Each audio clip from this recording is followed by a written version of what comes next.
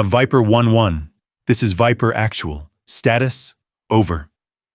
Actual, we are combat ineffective. 7 casualties. Miller is bleed-out critical. We are pinned by heavy machine gun fire from the ridge. We cannot move. Copy 1-1. QRF is 20 mics out. Keep heads down. Air support is denied due to civilian proximity. Do not engage unless you have positive ID.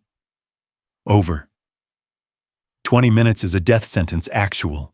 They're flanking us. A new voice cuts in. Calm, breathless, feminine, overlaid with the sharp crack of snapping concrete. Actual, this is Lens. My primary optic is shattered. I'm moving to the Grim. Lens, negative. Hold your cover. You are an intelligence asset, not a breacher. Stay with the wounded. That is a direct order. If I stay, Miller dies. I see a Dragunov on a hostile. I dropped 30 meters out. It's the only glass left in the valley. Lens, you are exposing yourself to... I'm not asking, sir. I'm telling you. I'm going hunting. Transmission cuts to static. 48 hours earlier, Forward Operating Base Chapman, Eastern Afghanistan. The interior of the MH-47G Chinook smelled of hydraulic fluid, unwashed bodies, and the distinct metallic tang of anxiety. It was a smell Chief Petty Officer Elena Vance had known for 6 years, yet it never ceased to make the hair on her arms stand up. She sat near the ramp, her knees pulled in tight.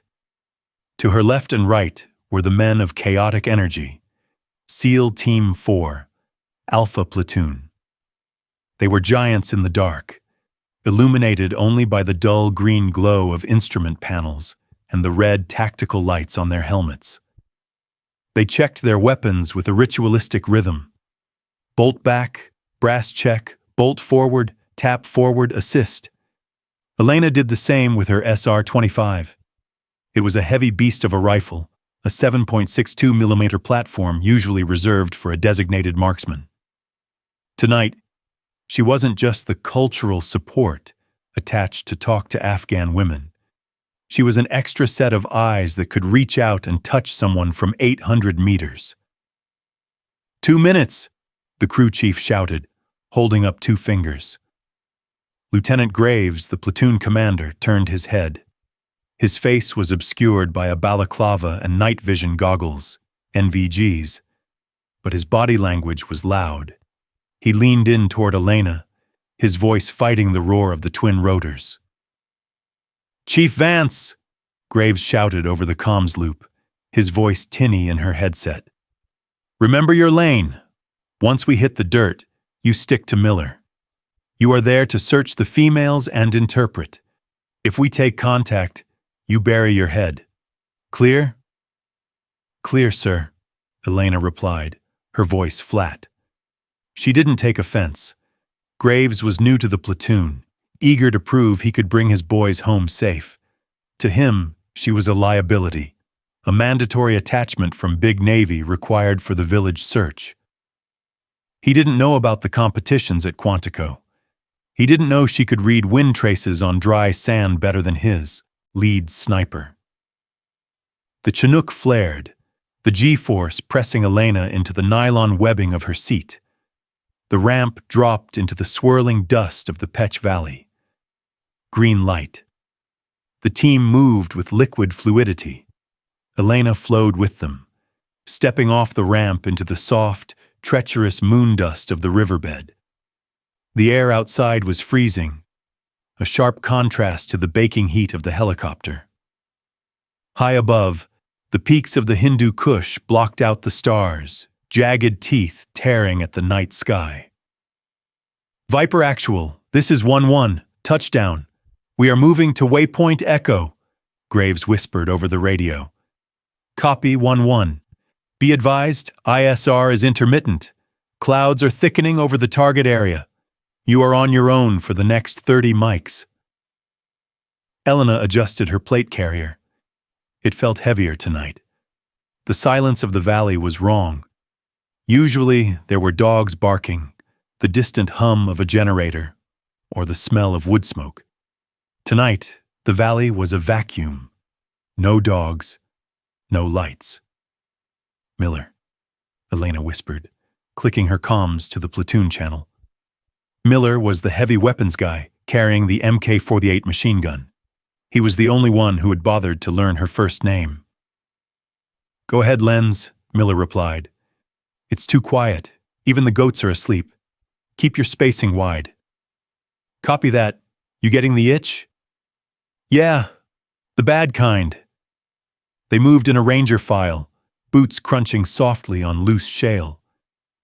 The village lay 2 kilometers up the wadi, a cluster of mud brick compounds clinging to the side of the cliff like a wasp's nest. Elena scanned the ridgelines through her night vision. Green phosphorescence washed over the terrain. Every boulder looked like a man, every shadow looked like a gun barrel. She raised her SR-25, looking through the optic.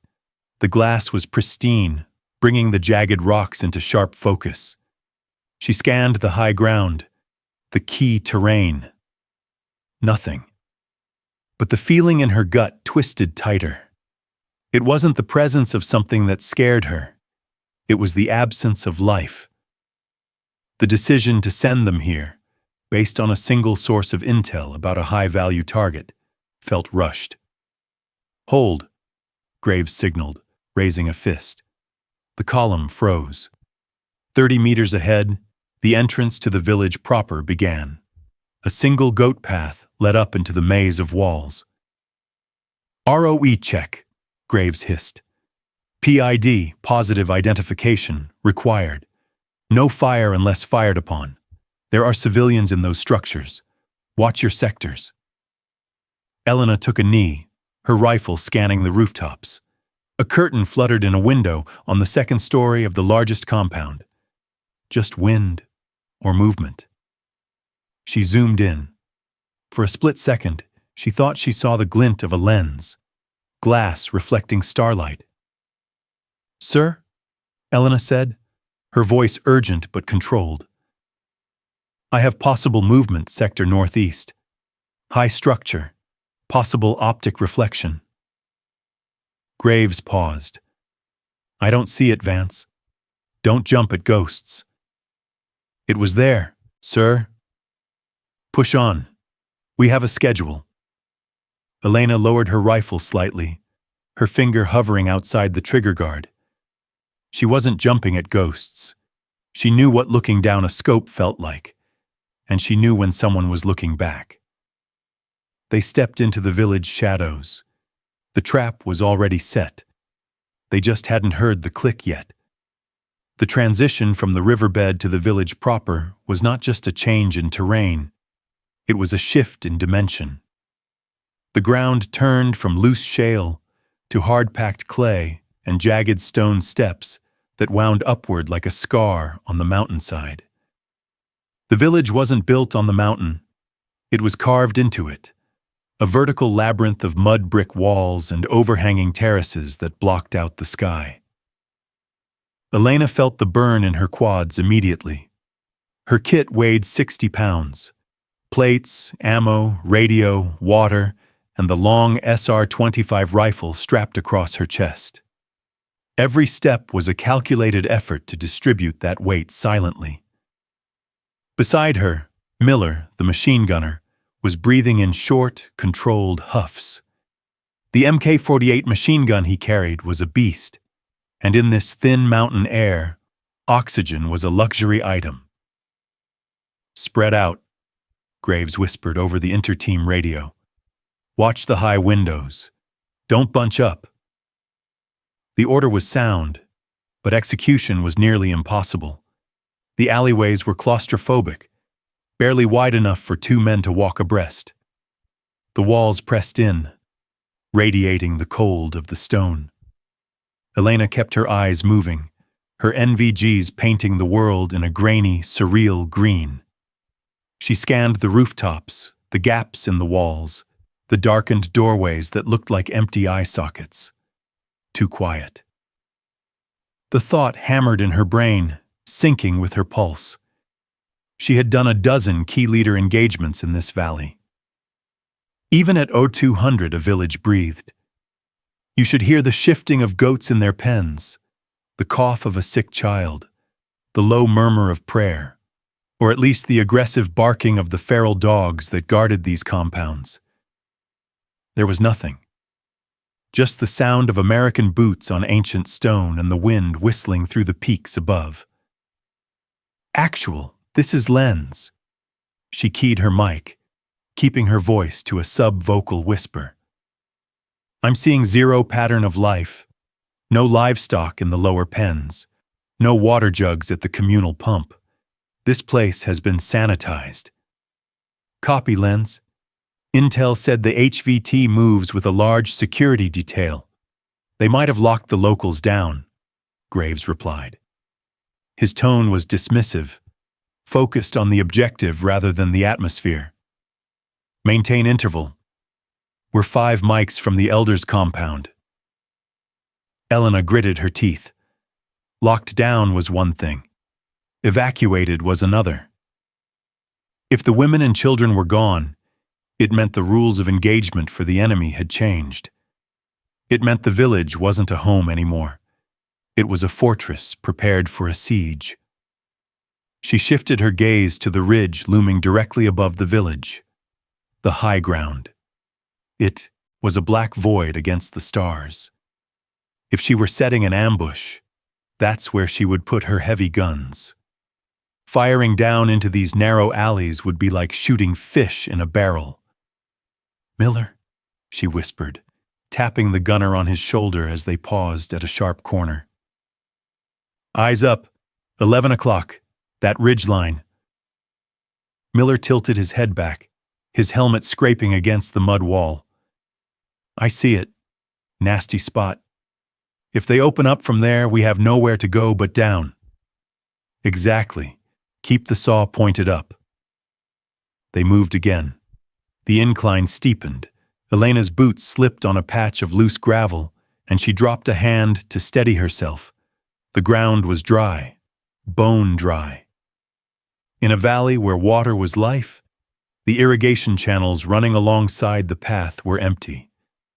Someone had diverted the water. Why? To clear the lines of fire? Or to prevent the Americans from using the ditches as cover? The team reached the upper tier of the village. The target compound stood at the end of a cul-de-sac, a larger structure with a heavy wooden gate and a high perimeter wall. It looked imposing, a castle for a warlord. Stack up, Graves ordered. The point man, a SEAL named Davis, moved to the left side of the gate. The breacher moved to the right. The rest of the team flowed into security positions, taking knees behind low walls and rubble piles. Elena positioned herself near a stone trough, using it to stabilize her rifle. She dialed the magnification on her scope back to 4x, widening her field of view. She wasn't looking at the door. She was looking at the windows of the surrounding houses. They were dark, shuttered tight. But on the second floor of the house, directly opposite the target compound, a shutter was slightly ajar. Through her scope, she saw it again. Not a reflection this time, but a shape. A barrel. Just the tip of a muzzle brake protruding from the shadows, steady and unmoving. Contact front, Elena hissed, her thumb flipping the safety off. Structure 2, second floor, weapon barrel visible. Hold fire, Lens, Graves snapped. Do you have PID on a combatant? Negative on the man, positive on the weapon. It's an RPK. Hold. We are here to talk, not start a war based on a shadow. Davis, knock. Elena's heart slammed against her ribs. Knock? They were about to knock on the door of a trap. She kept her crosshairs glued to the dark window. The barrel didn't move. It was waiting. Davis hammered his gloved fist against the heavy wood of the gate. The sound echoed like a gunshot in the silent valley.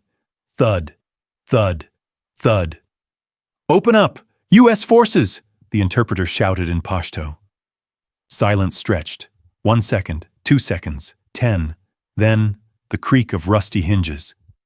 The small wicket gate within the main door opened. An old man stepped out. He wore a pristine white shalwar kameez and a heavy wool vest.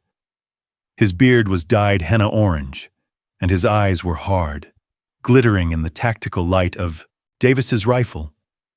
He didn't look scared. He looked resigned. "Interpreter up," Graves signaled. Elena watched the old man's hands. They were empty, but they were shaking, not with palsy, but with adrenaline. He looked past Davis, past the seals, his eyes darting up toward the ridgeline Elena had spotted earlier. It was a subtle, involuntary glance. A tell. "He's checking the kill zone." "Get back!" Elena screamed, breaking silence, breaking protocol, her voice cracking the stillness. "It's a..." The air pressure in the alleyway changed instantly. A dull thump sounded from the ridge above, followed by the terrifying rising shriek of an incoming projectile. "RPG!" Miller roared. The world turned white. The sound wasn't a noise. It was a physical blow. The RPG warhead impacted the stone archway of the compound gate 3 feet above Davis's head. The detonation didn't just shred the masonry. It sucked the air out of the alleyway and replaced it with a shockwave of overpressure that felt like a sledgehammer to the chest. Elena was thrown backward. Her helmet slammed against the hard-packed clay, and for a moment, the world was a silent gray wash of static. Her vision swam, the green phosphor of her night vision goggles flickering violently before stabilizing into a grainy haze. "Get up. Move. You die on the X." The training override kicked in before her conscious brain could process the pain. She rolled onto her stomach, coughing out the chalky taste of pulverized brick. The silence of the valley was gone, replaced by a high-pitched, screaming tinnitus that drilled into her skull. Through the ringing, dull thuds began to register. Gunfire. She scrambled to her knees, raising her SR-25. The dust cloud was thick, an opaque curtain swirling in the narrow space. Through the haze, she saw the lasers of the SEALs, infrared beams cutting through the dust like lightsabers, swinging wildly. "Sound off! Sound off!" Graves's voice broke through her headset, distorted but audible. 1-1, good. 2, good. Davis is down! I've got Davis! Elena pivoted toward the gate. The heavy wooden doors, where the elder had stood seconds ago, were now a splintered ruin. But the wicket gate was shut, barred from the inside. The old man hadn't been a negotiator. He was the bait. He had drawn them into the deepest part of the U-shaped cul-de-sac, a perfect architectural kill box. From the window Elena had spotted earlier, Structure 2, second floor, the muzzle flash of the RPK machine gun erupted. It wasn't the dull pop of suppressed American weapons. It was the angry, throaty roar of Soviet steel. Rounds chewed up the ground around Miller, kicking up geysers of dirt. "Contact front, second deck," Miller roared, swinging his MK-48 around. He didn't wait for a precise target. He held the trigger down, sending a stream of tracer fire pouring into the window. The brickwork exploded, silencing the RPK momentarily. "Push right! Get to cover!" Graves commanded. Elena grabbed the back of Davis's plate carrier. The point man was groggy, blood streaming from his nose and ears from the concussion, but his limbs were moving. She hauled him toward a low retaining wall that lined the irrigation ditch. "Move, Davis, move!" she screamed, though she couldn't hear her own voice. They crashed behind the wall just as the second arm of the ambush opened up. This time, it wasn't from the houses. It was from the alleyways flanking them. Muzzle flashes sparkled from the dark corners of the labyrinth. They were being flanked.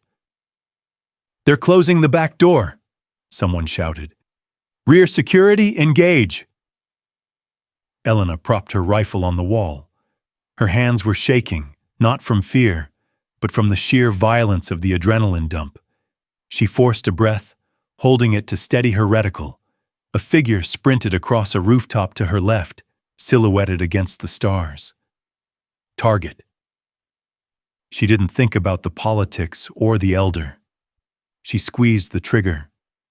The SR-25 bucked against her shoulder. The figure folded mid-stride, tumbling off the roof and landing with a wet thud in the alley below. "One down, roof left," she called out, her voice ragged. "Good kill, Lenz," Graves said, his voice tight. "We need to break contact. We can't fight in this hole. We need to pull back to the wadi." "Sir," Elena cut in, scanning the geometry of the village. "If we go back the way we came, we walk right into their crossfire. They want us to retreat down the main path. That's where the heavy guns are waiting. We can't stay here, Chief. We have to punch through," she insisted, eyes locking on a crumbling section of wall to the east, away from the main path. "We breach that wall. We cut through the courtyard and flank the lower alley." Graves hesitated for a microsecond, a lifetime in a firefight. Then he nodded. "Breacher! On the east wall! Blow it!" The team shifted formation with practiced aggression. 2 SEALs laid down a curtain of suppressing fire, their rifles barking in a rhythmic cadence.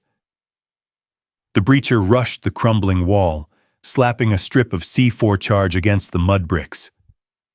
"Fire in the hole!" Elena buried her face in the dirt again. The explosion was sharp, a concussive slap that punched a man-sized hole through the ancient barrier. "Go, go, go!" They surged through the smoke, pouring into the adjacent courtyard. It was a chaotic scramble, boots slipping on loose debris. Elena was the last one through, providing rear security. As she turned to dive through the breach, she looked back at the main gate. The elder was there again. He had stepped out from a side door, looking at the spot where the Americans had just been slaughtered. He wasn't looking at the bodies. He was holding a radio. Elena stopped. The reticle of her scope settled on his chest. It was a perfect center mass hold. Rules of engagement, positive identification of hostile intent. He raised the radio to his lips. He was calling in their new position. Intent confirmed. She exhaled. The trigger broke cleanly. The round took the elder in the sternum, knocking him backward into the shadows of his own trap. He dropped the radio. "Lenz, move." Miller grabbed her drag handle and yanked her through the breach just as the alleyway erupted in a fresh hail of bullets. They were out of the fatal funnel, but they weren't safe. As they spilled out of the village perimeter and into the dried riverbed, the wadi, the sound of battle changed. It wasn't the chaotic chatter of small arms anymore. From the high ridge above, the deep, rhythmic thump, thump, thump of a DSHK heavy machine gun began. The heavy 12.7mm rounds didn't crack. They roared. They impacted the riverbed with the force of grenades, shredding the cover they had just reached. The real ambush hadn't been the village. The village was just the funnel. The wadi was the slaughterhouse. "Incoming heavy! Get down!" The platoon dived into the dirt as the earth around them began to disintegrate under the rain of heavy lead. The DSHK heavy machine gun is a weapon designed to destroy vehicles, shatter brick walls, and turn infantry into mist. When it fires, it doesn't just suppress, it dominates. The rhythmic thump, thump, thump from the ridge wasn't just sound. It was atmospheric pressure changing with every round. Elena slammed her body into the gritty shale of the riverbed. The wadi was dry, a geological scar about 4 feet deep and 10 feet wide. Moments ago, it had looked like a highway to safety. Now, It was a bowling alley. "Contact right! Ridgeline! Distance 600!" Miller screamed, his voice cracking under the strain. He rolled onto his back, swinging the Mk-48 machine gun up toward the black, jagged line of the mountains. He squeezed the trigger, sending a long burst of 7.62mm tracers arcing into the night. But the angle was bad. They were shooting up at a 60-degree incline. The tracers burned out or ricocheted harmlessly off the granite cliffs. In response, the DSHK gunner adjusted his aim. He walked his fire down the mountain, the heavy 12.7mm rounds striking the edge of the wadi bank. The earth exploded. Showers of rock and dirt sprayed over the seals like shrapnel. "We're in a kill sack!" Graves yelled, grabbing the handset of his radio. "Viper actual to talk! We are taking effective heavy fire. Grid reference 249881. Request immediate CAS. Danger close." Elena shook the dirt from her optic and risked a glance over the lip of the wadi. Her NVGs were grainy with dust, but the tactical geometry was horrifyingly clear. The enemy had let them breach the village wall. They had wanted them in the riverbed. To their rear, the village they had just escaped, muzzle flashes from AKs and RPKs sparkled like camera flashes at a concert. That was the short leg of the L. To their right, the ridge was the heavy gun. That was the long leg. The fire from both sides intersected exactly where the platoon lay. "Man down! Man down!" The call came from the rear of the formation. It was Ghost, the platoon's lead sniper. Elena scrambled on her hands and knees, keeping her head below the defilade of the bank. She reached Ghost. He was curled on his side, clutching his thigh. The femur was shattered, blood pulsing dark and fast against the gray dust. "Doc, get up here!" Elena shouted, pressing her knee into the pressure point on his groin to stem the flow. The corpsman, a lanky kid named Evans, slid into the dirt beside her, ripping open a medkit. "I got him, Chief! Cover me!" Elena grabbed Ghost's rifle, a suppressed Mk-13 300 Win Mag, and pushed it toward him, but his hands were slick with blood. He couldn't hold it. The team's primary long-range asset was out of the fight. "Miller, talk to me!" Graves roared, crawling up beside them. "Can you suppress that heavy?" "Negative, sir," Miller yelled back, changing a belt on his gun. "He's dug in deep. I can't see the flash. He's behind rock cover. I'm just making noise." The DSHK hammered again, closer this time. A round struck a boulder a foot from Elena's head, sending a razor-sharp fragment of stone slicing across her helmet cover.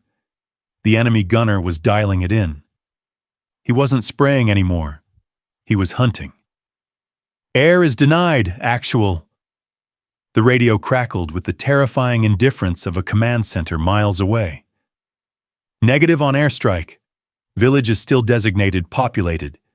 You are within collateral damage radius." "We are taking heavy casualties," Graves screamed into the mic, losing his cool for the first time. "Drop the damn bomb!" "Negative, Viper. Push to extraction point Bravo. We have QRF spinning up. ETA 20 mics. 20 minutes. Elena looked at the team. They were huddled against the near bank of the wadi, shrinking into the dirt. They were the best warriors on the planet, but tactics didn't matter when physics was against you. They were pinned by a weapon that outranged them and outgunned them. If they tried to move down the wadi to the extraction point, the DSHK would rake them from behind. If they stayed, they would be picked apart, piece by piece. The enemy fire from the village intensified. They were closing the distance. The noose was tightening. Elena looked at her own rifle, the SR-25.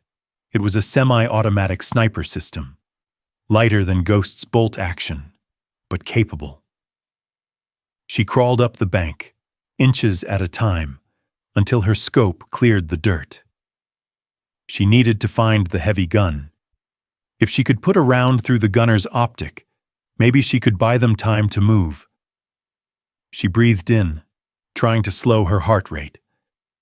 The world narrowed to the circle of her scope. She scanned the ridge. There, a subtle disturbance in the dust. A rhythmic, muzzle blast kicking up dirt from a cave mouth halfway up the cliff. "I see him," she whispered to herself. She adjusted her elevation turret. 600 meters, high angle. She centered the crosshair. Click. The DSHK fired first. The round didn't hit her, but it hit the shale directly in front of her face. The impact was like a grenade. The world didn't go black. It went red. The heavy 12.7mm round from the DSHK hadn't hit Elena directly. It had struck the shale shelf 6 inches in front of her face, vaporizing the rock. The impact sent a supersonic spray of stone shrapnel and lead fragments backward, acting like a shotgun blast of gravel. Elena gasped, sucking in dust, and rolled onto her back. Her hands clawed at her face instinctively. There was wetness, warm and slick, running down her left cheek and into the corner of her mouth. It tasted like copper. "Lens! Lens! Status!" Graves's voice was a jagged tear in the static of her tinnitus. She couldn't answer immediately. Her head felt like it was floating inside a bell that had just been struck. She blinked, forcing her eyelids open against the grit. Her left eye was swollen, stinging furiously, but she could see. She checked her limbs. Wiggle toes, wiggle fingers, nothing severed. Get back in the fight. She rolled back onto her stomach, ignoring the screaming protest of her bruised ribs. She grabbed the SR-25. The rifle was covered in gray dust, the barrel hot to the touch. She shouldered it, pressing her cheek welled against the stock, and looked through the night force scope to find the cave on the ridge. She saw nothing but a kaleidoscope of ruin. The objective lens of the scope had taken a direct hit from a piece of rock fragment. The glass was shattered, a spiderweb of cracks radiating from a central impact point. The reticle, her crosshair, her tool of precision, was gone, distorted into a jagged, useless mess of refracted light. "Damn it!" She slammed her hand against the receiver. "Actual, my glass is dead! Primary optic is foobar!" Graves didn't respond. He was busy screaming at the radio, trying to coordinate a stack of attack helicopters that wouldn't be there for another 18 minutes. "Ghost!" Elena yelled, looking back toward the wounded sniper. "Ghost, I need your rifle! Mine is down!" The corpsman, Evans, looked up. His face was pale, illuminated by the strobe of incoming tracer fire. He was kneeling over Ghost, his hands buried deep in the sniper's pelvic girdle, but he wasn't working anymore. He was just holding him. Evans shook his head slowly. Elena crawled over, the air above her snapping with the sound of bullets passing inches overhead. She looked down at Ghost. The sniper's eyes were open, staring up at the sliver of night sky between the wadi walls. They were glassy, fixed on nothing. The femoral bleed had been too fast. The shock, too massive. "He's gone, Chief," Evans whispered, his voice hollow. He bled out in seconds. A cold weight settled in Elena's stomach, heavier than her armor. Ghost was dead. Her scope was shattered. Miller was down to his last belt of ammo for the machine gun. They were trapped in a ditch in the middle of the Hindu Kush, and they had just lost the ability to touch the enemy. Whoomp, whoomp, whoomp. The DSHK pounded the earth again, walking its fire closer to their position. The enemy gunner knew they were hurt. He was taking his time now, dismantling the wadi bank to expose them. "We have to move!" Graves yelled, crawling toward them. "If we stay here, we get buried. We're pushing to the secondary compound, 50 meters east." "Sir, that's open ground," Miller shouted back. "Without cover fire, that heavy gun will cut us in half the second we stand up." "We don't have a choice. We're combat ineffective here." Elena looked at her rifle. It was a 10-pound club now. She pulled the backup iron sights up. Simple metal posts meant for emergency close-quarters use. They were useless against a target 600 meters up a mountain. She looked at Ghost's rifle, the MK-13. It was lying in the dirt next to his body. But the action was jammed open, packed with mud from when he fell. It would take minutes to strip and clean it. Minutes they didn't have. She scanned the wadi. The enemy was closing in from the village side, emboldened by the lack of return fire. She could hear their voices now, shouting commands in Chechen and Pashto. They were flanking. "We need a gun. We need a gun that works." Her eyes caught movement on the lip of the wadi, about 40 yards downstream. It wasn't a seal. It was a body. One of the insurgents she had shot from the rooftop earlier, before the world exploded. He had fallen into the riverbed. He was dead, draped over a rock. But slung across his back was a long, thin barrel. A weapon that didn't look like an AK-47. Elena squinted, wiping the blood from her eye. The silhouette was unmistakable.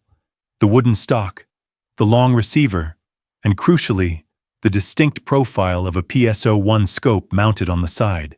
A Dragunov SVD, it was the enemy's designated marksman rifle. It fired the 7.62 Ku 54mm rimmed cartridge.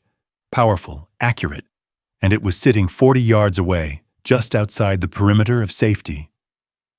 "Sir," Elena said, her voice dropping into a deadly calm, "I can't suppress the ridge with iron sights, but there's a shooter down at 3 o'clock.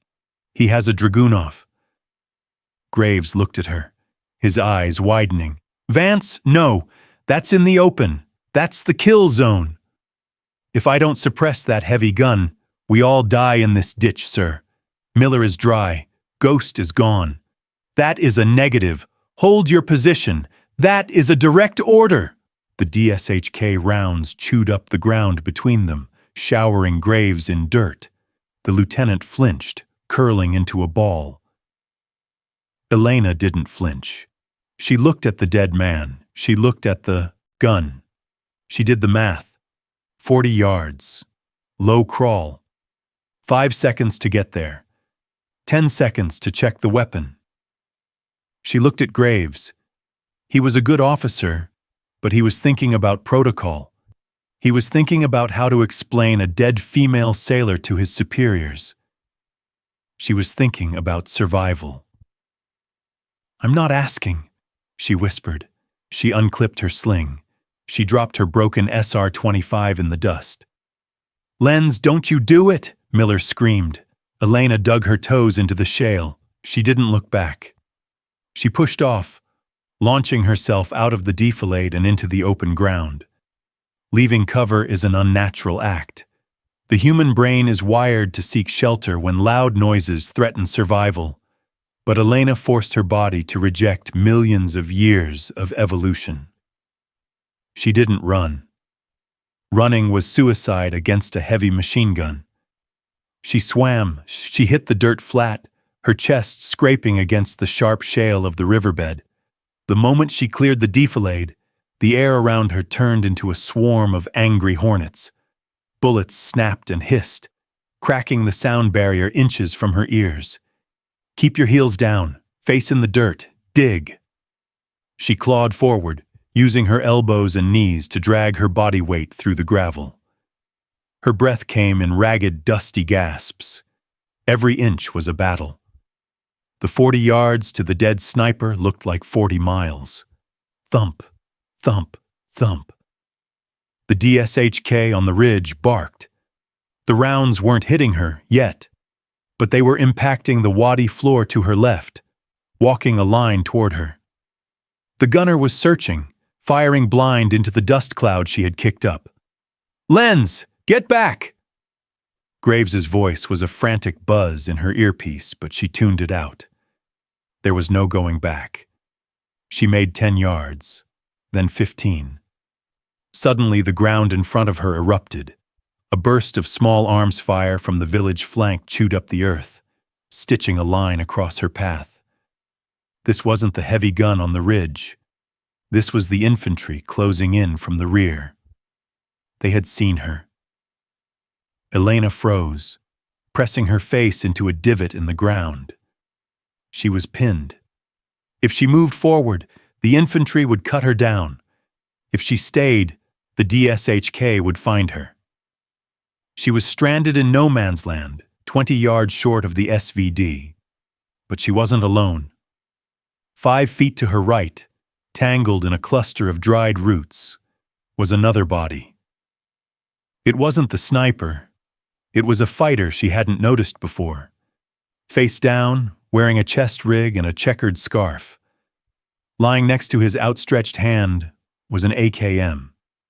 The wood was battered, the finish worn to silver steel, but the magazine was inserted. It wasn't the precision rifle she needed. It was a blunt instrument. But right now, she didn't need a scalpel. She needed a hammer. Elena rolled sideways, ignoring the sharp pain of rocks digging into her bruised ribs. She grabbed the AKM by the receiver. It was hot. It had been fired recently. She yanked it toward her, keeping it low. Check chamber. She racked the bolt back slightly. A brass casing glinted in the moonlight. Loaded. She rolled onto her back, adopting a supine firing position. It was an awkward angle, but it kept her profile low. She raised the rifle, looking not through a scope, but over the crude iron notch of the rear sight. The infantry were moving.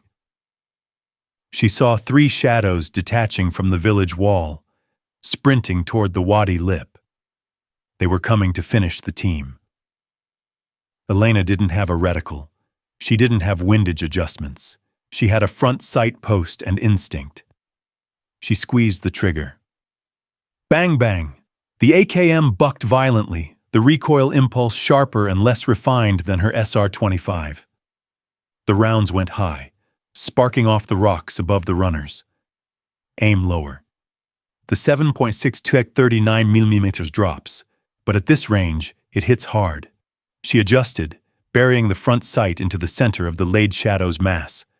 She fired a controlled triple tap. The lead runner crumpled, dropping mid-stride as if his strings had been cut. "One down!" She gritted out, the words lost in the roar. The other 2 fighters dove for cover, their rush stalled. She had bought a second. Just a second.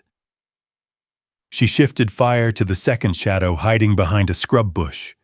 She hammered the trigger, suppressing him, churning the dirt around his position.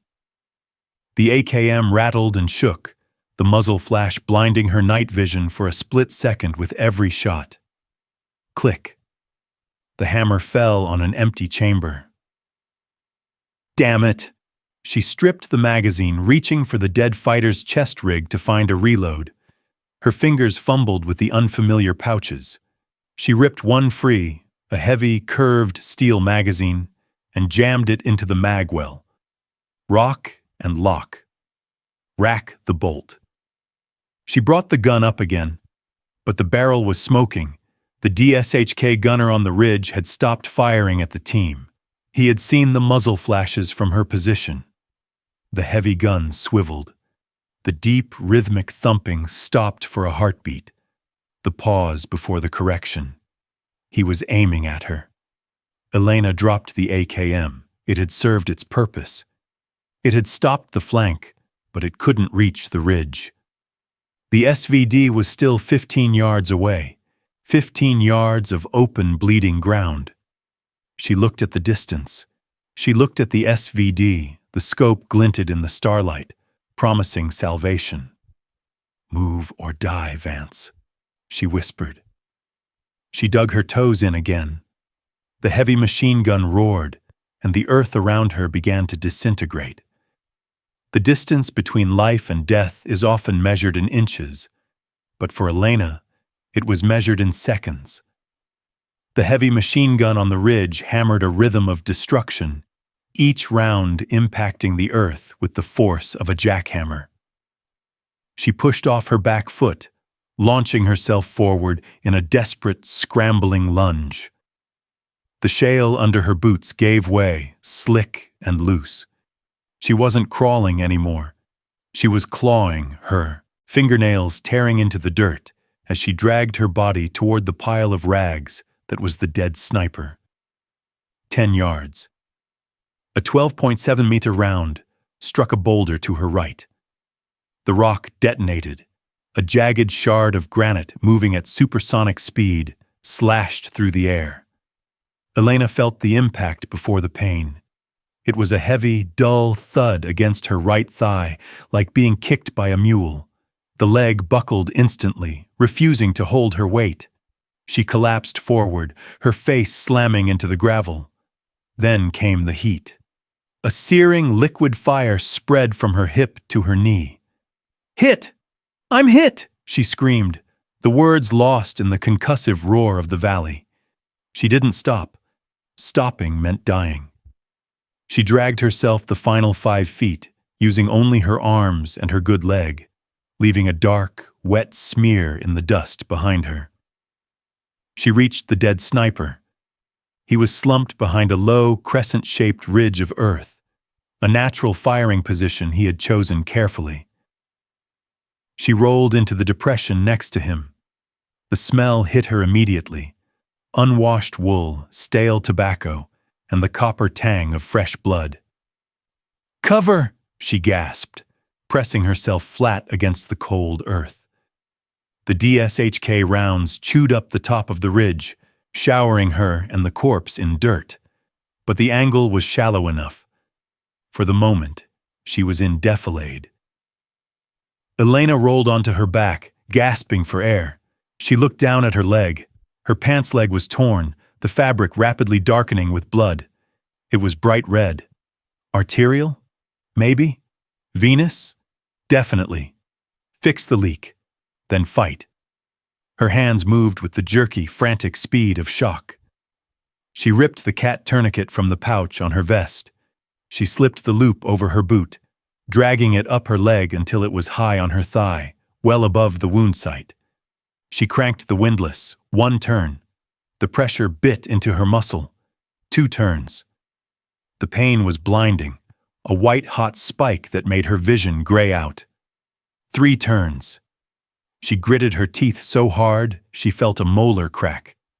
She locked the windlass in the clip and checked the Velcro.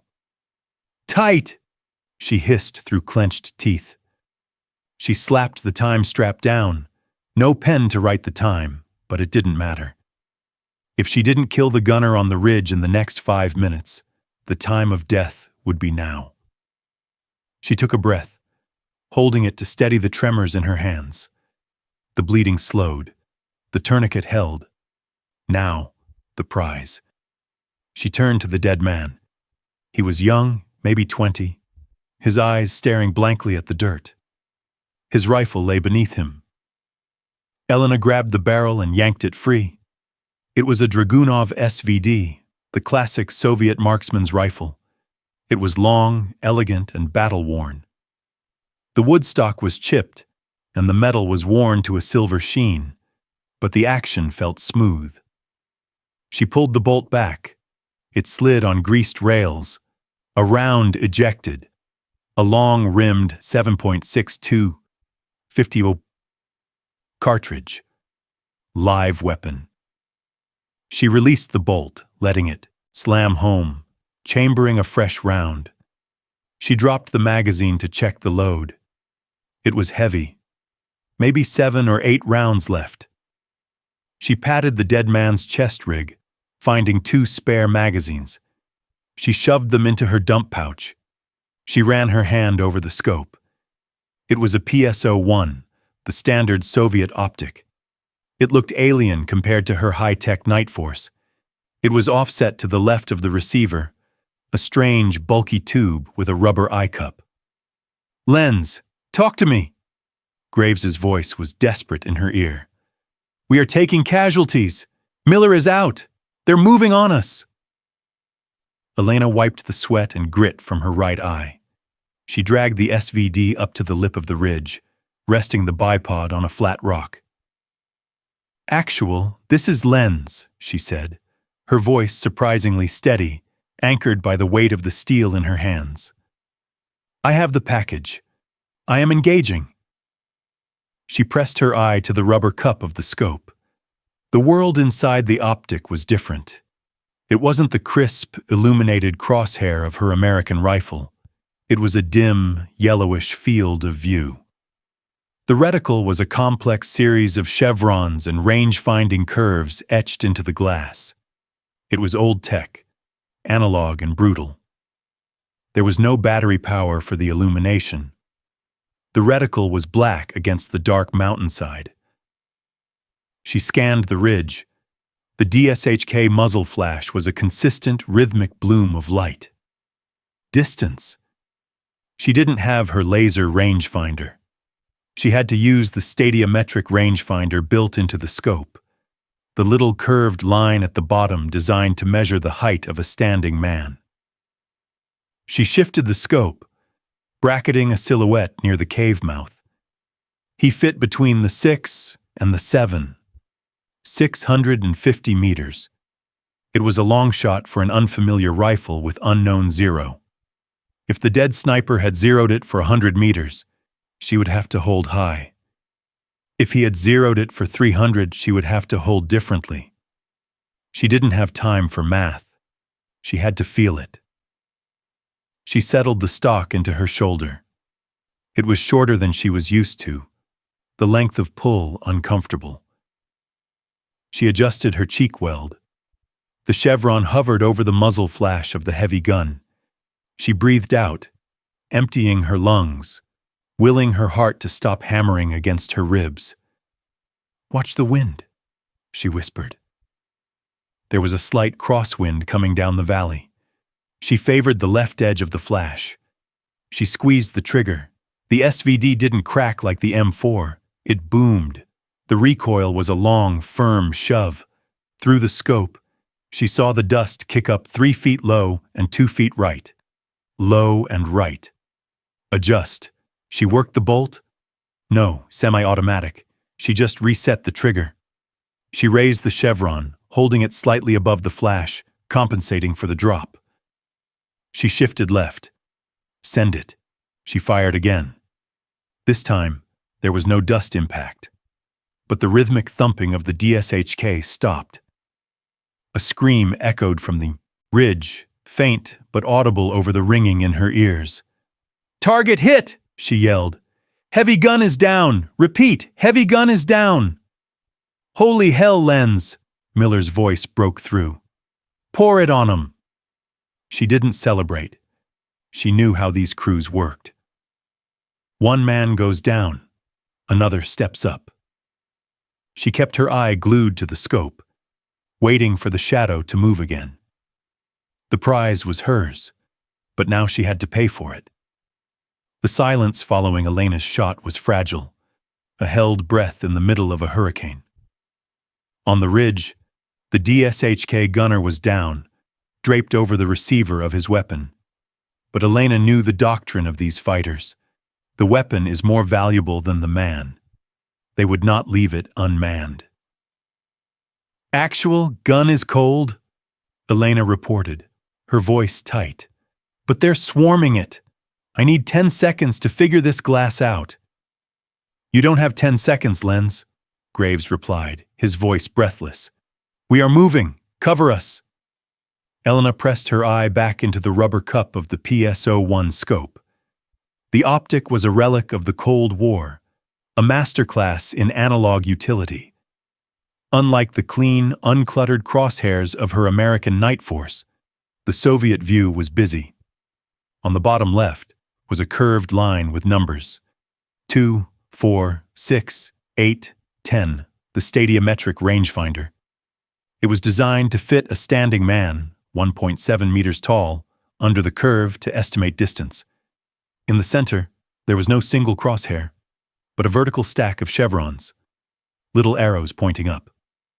Top chevron, 0, usually 100 meters. Second chevron, 1,000 meters? No, that's for the RPG optics. On the SVD, the chevrons correspond to distance drops. She saw movement. 2 shadows broke from the cave mouth, sprinting toward the heavy gun. They were low, hunched over, combat veterans. Elena grit her teeth against the throbbing fire in her leg. The pain was actually clarifying. It narrowed the world down to the circle of glass. Range, 650 meters. Bullet drop, significant. She ignored the turrets. She didn't trust them on a scavenged rifle. She would hold over. She placed the second chevron, the one below the main aiming point, directly on the chest of the lead runner. Wind, left to right, maybe 5. She shifted the aim point slightly to the left, placing the chevron on the man's leading shoulder. She squeezed. The SVD kicked. The shot was loud, unsuppressed, a crack that echoed off the canyon walls. Through the scope, she saw the runner stumble. He didn't fall immediately. The 7.62 250 round had hit him, but perhaps low. He scrambled toward the gun, reaching for the spade grips. "No, you don't!" she hissed.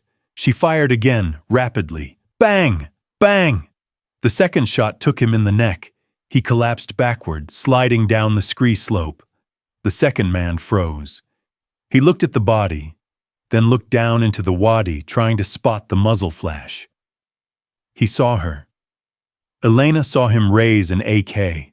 At this distance, an AK was inaccurate, but volume of fire could still suppress her. She didn't give him the chance. She settled the chevron on his center mass. She didn't wait for the perfect breath. She trapped the trigger. The round struck him in the pelvis, spinning him around. He fell, screaming, his rifle clattering down the rocks.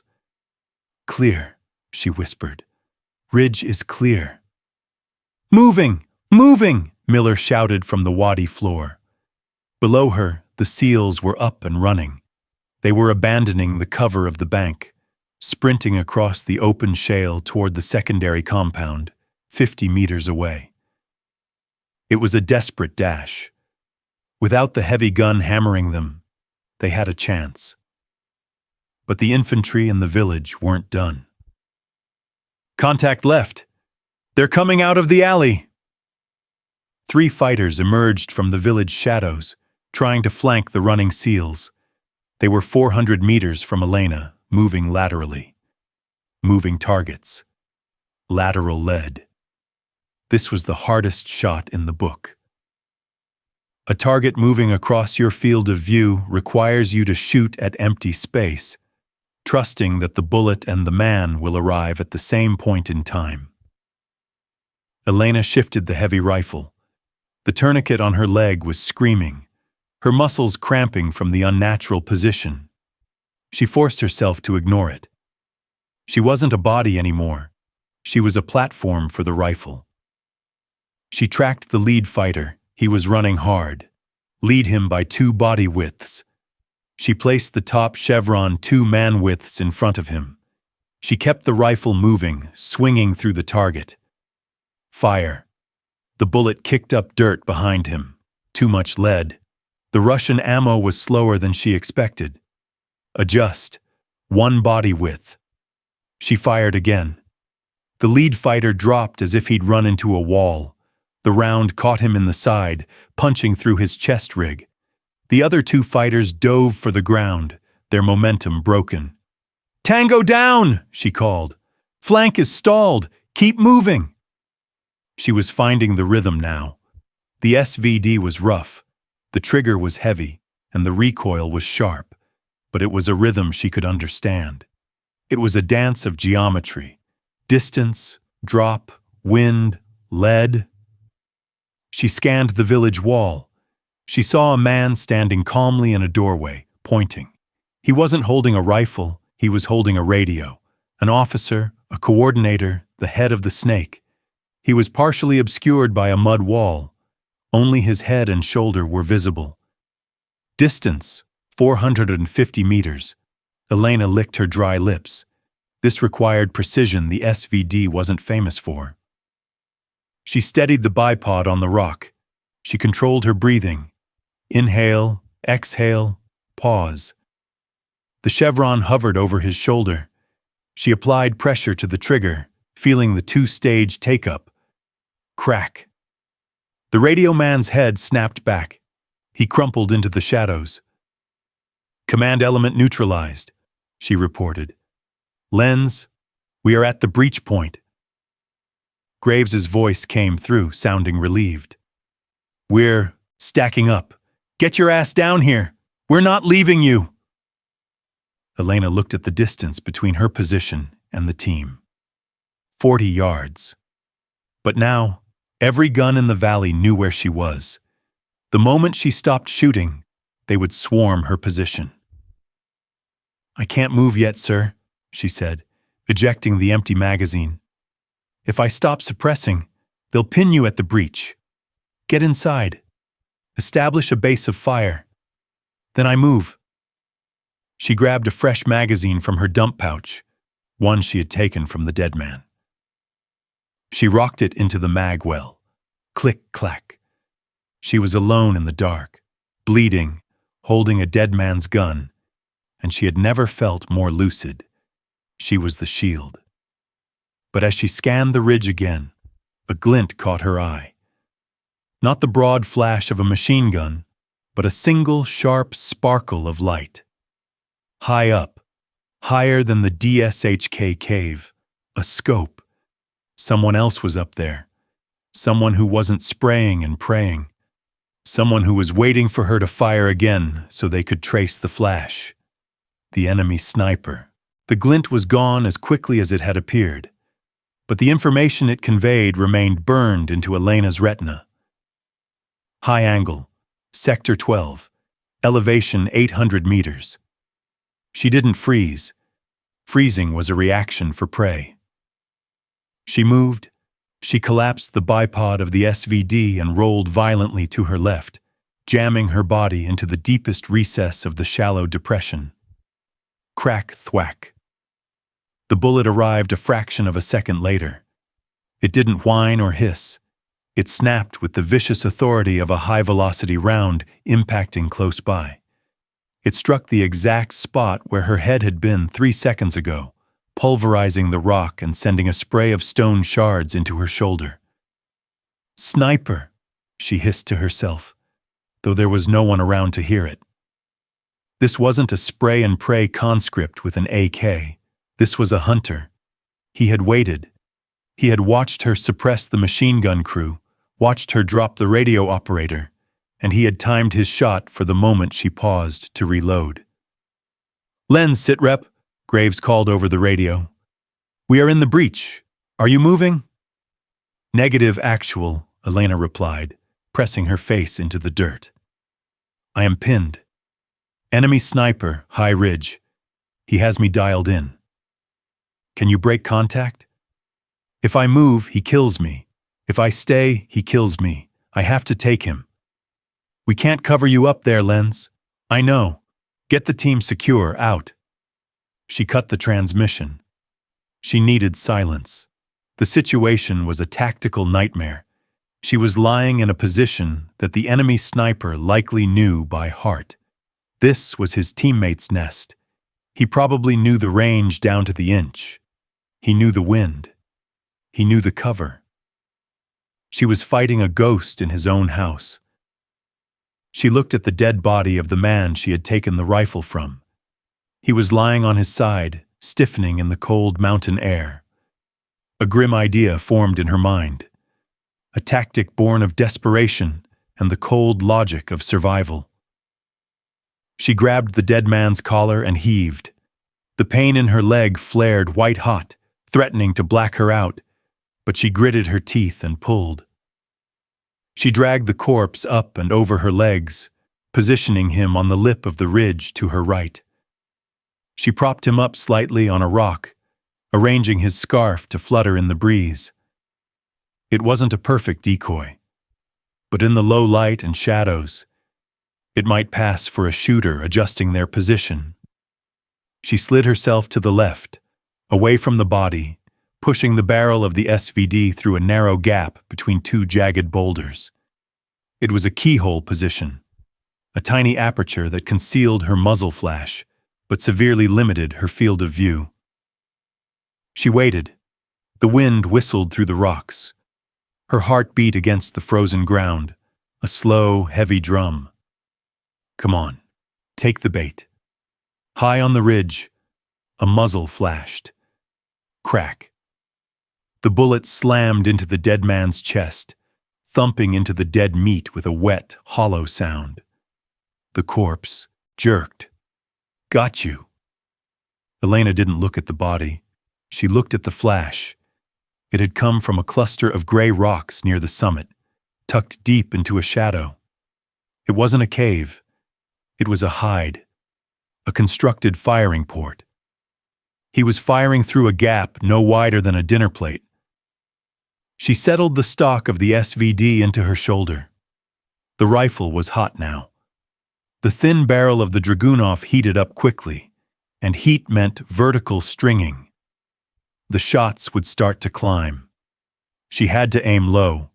She found the gap in her scope. It was a black pixel in a sea of gray. Range, 800 meters. Uphill angle, bullet drop compensation. Hold for 700 due to the angle. Barrel heat.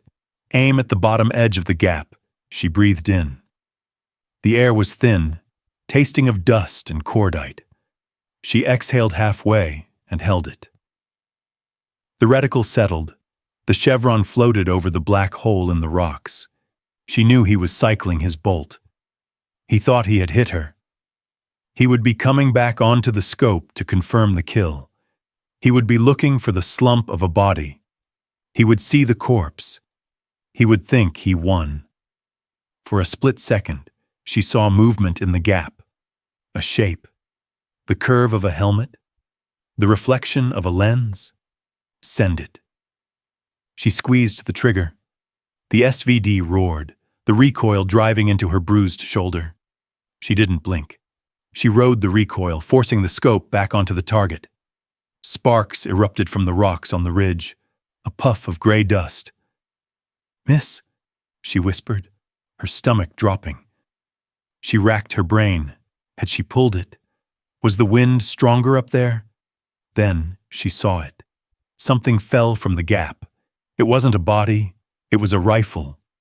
It tumbled down the sheer face of the cliff, bouncing off the granite, spinning end over end until it disappeared into the scree below. A moment later, a dark shape slumped forward out of the hole, hanging limp over the rocks like a rag doll. Elena exhaled, the breath shuddering out of her lungs. It wasn't a clean kill. She had likely hit him through the cover or shattered his weapon into him, but the result was the same. "Target down," she reported, her voice trembling slightly. "Sniper neutralized." "Copy that, Lens," Graves said, his tone thick with relief. "That's some shooting. Now get out of there. The QRF bird is inbound. ETA 10 mics. You need to be at the LZ." Elena tried to move her leg. The tourniquet was doing its job, but the limb was numb, a dead weight attached to her hip. She looked at the distance to the breach where the SEALs were waiting, 50 meters downhill. She looked at the SVD. It was empty. The slide was locked back. She had one magazine left in her dump pouch. She ejected the empty mag and loaded the final one. She wasn't leaving the gun. It was the only thing keeping the enemy heads down. "I'm coming in," she said. "Cover me." She pushed herself up, using the rifle as a crutch. But as she stood, a new sound cut through the night. Not a gunshot, not a scream, a whistle. A shrill, piercing whistle from the village below. It was a signal. The ground shook as a dozen shadows rose from the irrigation ditches surrounding the wadi. They hadn't fled. They had been waiting for the sniper duel to end. The whistle cut through the thin mountain air like a shrapnel tear. It wasn't a signal for caution. It was a signal for martyrdom. From the dark, jagged lines of the irrigation ditches below, the shadows detached themselves from the earth. They didn't move with the tactical caution of Western infantry. They moved with the terrifying drug-fueled abandon of men who had already accepted death. "Contact! Massive movement! Front and flanks!" Miller's voice screamed over the radio, the background noise of the SEAL position erupting into a cacophony of suppressed fire. Elena didn't scream. She didn't have the breath for it. She dropped back into the prone position behind the dead sniper's ridge, slamming the SVD's bipod legs into the dirt to anchor the weapon. The enemy wasn't shooting at her yet.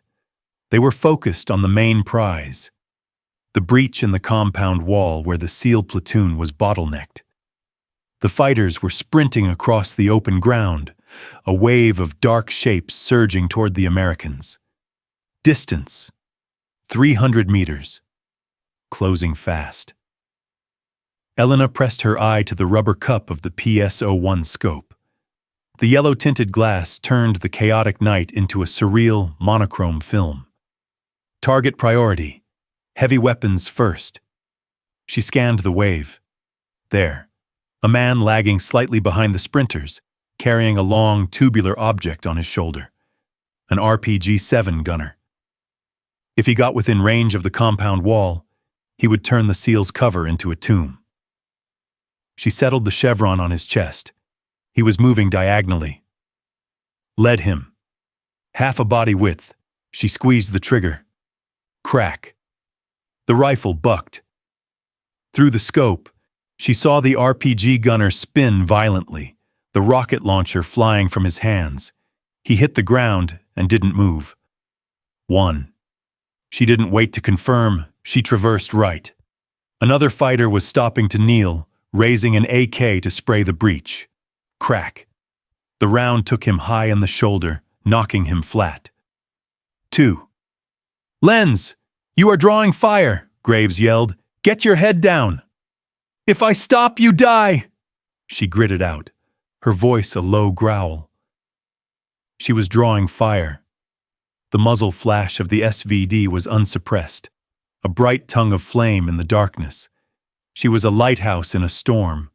Bullets began to snap around her position, kicking up dirt, sparking off the rocks. A round struck the dead body she was using as a shield, the dull thwack of lead into flesh vibrating through the ground into her own ribs. She ignored it.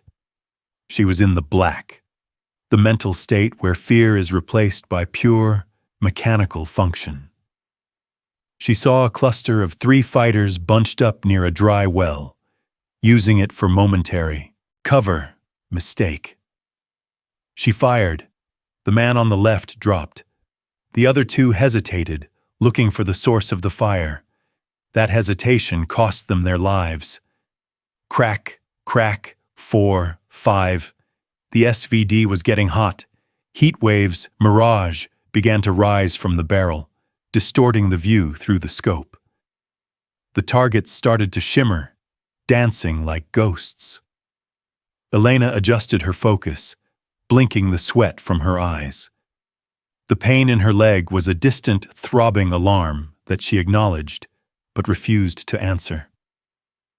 The tourniquet was holding the blood, but it was also starving the limb of oxygen. The nerves were screaming. Reload. The bolt locked back on an empty chamber. She cursed, her hands moving with frantic precision. She ripped the empty magazine out and shoved her last fresh one in. 10 rounds, that was it. 10 rounds to stop an army. "Miller, I'm running dry," she shouted. "I need you to traverse right, cover the east ditch." "I can't," Miller roared back. "I've got jam, clearning." The machine gun was down. The primary defensive weapon of the platoon was out of the fight. Elena looked through the scope. The wave was closer now, 150 meters. She could see their faces in the moonlight, bearded and screaming.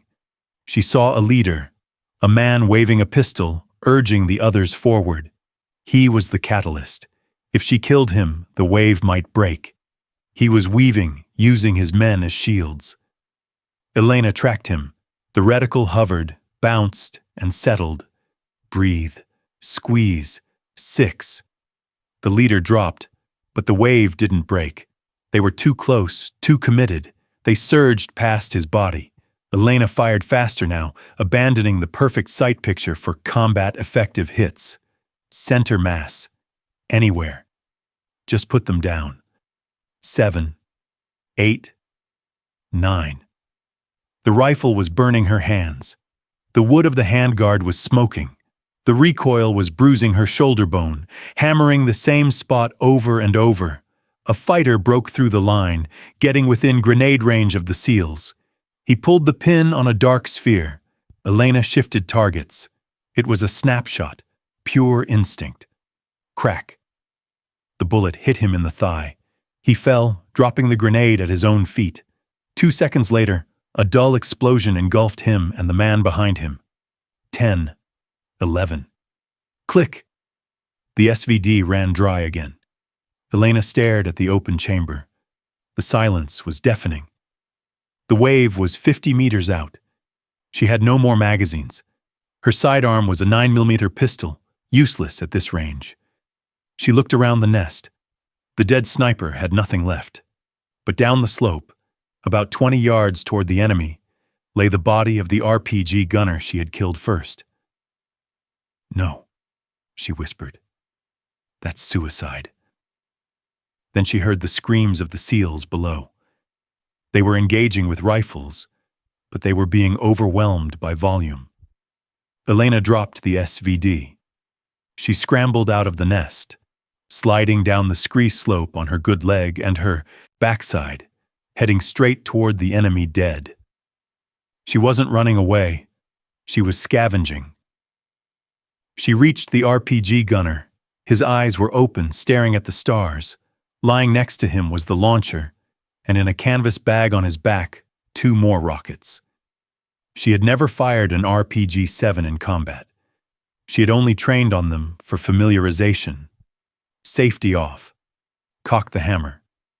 She grabbed the tube, hefting it onto her shoulder. It was heavy, awkward, and smelled of rust. She knelt in the open, exposing herself to the entire valley. She aimed not at a man, but at the cluster of rocks where the reinforcements were pouring out of the ditch. "Backblast area clear!" she screamed to no one. She pulled the trigger. The RPG left the tube with a scream that tore the lining of Elena's throat. The recoil wasn't a kick like a rifle. It was a shove, a violent displacement of air that rocked her back onto her heels. Whoosh, crack. The rocket didn't fly straight. The propellant burned erratically. But at 20 yards, accuracy was irrelevant. It slammed into the cluster of rocks where the enemy reinforcements were stacking up. The explosion was a dirty black bloom of high explosives and shrapnel. Elena didn't watch the cloud. She dropped the empty launcher instantly. It was dead weight now. "Movement! Right flank! They're coming through the smoke!" Miller's voice was a jagged tear in her earpiece. The explosion had stunned them, but it hadn't killed them all. Through the dissipating smoke, shapes were rising. They were screaming, not in anger anymore, but in pain and panic, which made them dangerous. A wounded fighter with an AK is still lethal. Elena scanned the ground around the dead RPG gunner. Nothing, just dirt and blood. She looked further, 10 feet to her left, where another body lay crumpled against a scrub bush. This one was big, a heavy weapons operator. And lying across his chest, barrel pointing into the dirt, was the distinctive, boxy receiver of a PKM machine gun. The sow. It was the Soviet answer to the M60, rugged, heavy, and chambered in the same punishing 7.62 54R round as the Dragunov. Elena scrambled toward it, her leg dragged behind her, the tourniquet biting into her thigh like a wire garrote. She grabbed the PKM by the carrying handle. It weighed nearly 20 pounds. She hauled it up, resting the heavy barrel on the dead man's torso to keep it out of the dust. She checked the feed tray. A green metal ammunition box was clipped to the bottom. A belt of ammunition hung from the right side. Steel casings linked together by non-disintegrating metal claws. Checked the belt. It looked half full, maybe 50 rounds. She racked the charging handle back. It was stiff, gritty with sand. She slammed it forward. Clack, chunk. "Laying hate!" she screamed, though only the dead could hear her. She pulled the stock into her shoulder and squeezed the butterfly trigger. Duck, duck, duck, duck, duck. The sound was deeper, slower, and more rhythmic than the frantic chatter of an AK. The PKM didn't just suppress, it chewed. The heavy rounds punched through the scrub brush, through the thin cover of the rocks, and into the smoke where the survivors were rallying. She walked the fire left to right, sweeping the area like a garden hose. She saw bodies jerk and fall. She saw the sparks of ricochets. 12, she counted involuntarily. 13. A fighter broke from the cover, firing wildly in her direction. Bullets snapped past her ear, one of them striking the PKM's receiver with a metallic ping, sending a spark into her cheek. She didn't flinch. She adjusted her aim. Dak dak. He folded. 14. The sheer violence of the weapon changed the dynamic of the fight. The enemy wasn't facing a pinned-down sniper anymore. They were facing a machine gun nest. They hesitated, and in an ambush, hesitation is death. "Actual, this is Lens!" she shouted over the roar of the gun. "I have established fire superiority on the east flank. Push! You have to push now!" "Copy, Lens! We are moving! QRF is 5 mics out!" 5 minutes. It sounded like a century. The PKM sputtered and died. The bolt locked forward. Jam? She ripped the top cover open. No jam. The belt was empty. The metal links dangled uselessly from the feed tray. "No, no, no," she hissed. She looked at the dead gunner. He had no spare ammo boxes. She looked around the wadi. The battlefield was littered with weapons, but they were mostly AKs with different magazines, different calibers. Then she saw it. A secondary ammo bearer, lying face down about 15 feet away, near the wadi bank. He had a backpack, the distinct square outline of PKM ammo tins pressed against the fabric. 15 feet. It might as well have been the moon. The enemy fire began to pick up again. They heard the machine gun go silent. They knew the beast was hungry. Pop, pop, pop. Rounds started impacting the dirt around her, walking closer. They were bracketing her. Elena looked at her leg. The pants were soaked in black blood below the tourniquet. She couldn't feel her foot. If she moved, she might pass out. If she stayed, they would rush her. She looked at the SEALs down in the valley. They were moving, breaking out of the compound, carrying their wounded. They were almost clear. Not yet. Not until they're on the bird. She grabbed the empty PKM. She couldn't shoot it, but she could use it. She jammed the bipod into the dirt, propped the stock against her shoulder, and aimed it at the enemy. She reached for her sidearm, the Sig Sauer P226 on her belt. She drew it, keeping it hidden behind the bulk of the machine gun. She waited. A shadow rose from the rocks, confident now that the heavy gun was dry. He raised his rifle, stepping into the open to finish her. Elena didn't fire the machine gun. She fired the pistol, resting her hand on the PKM stock for stability.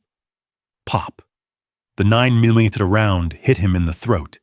He gurgled and dropped. 15, she whispered, her vision tunneling. 2 more rose. They didn't see the pistol. They just saw the silent machine gun. They rushed.